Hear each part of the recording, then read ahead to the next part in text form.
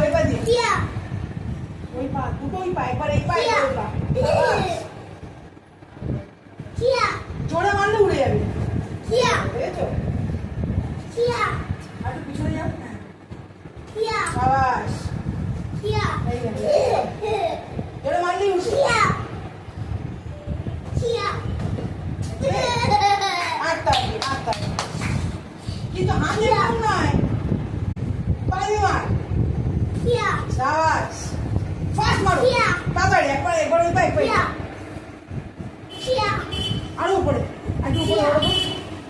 চলো হ্যাঁ এতটা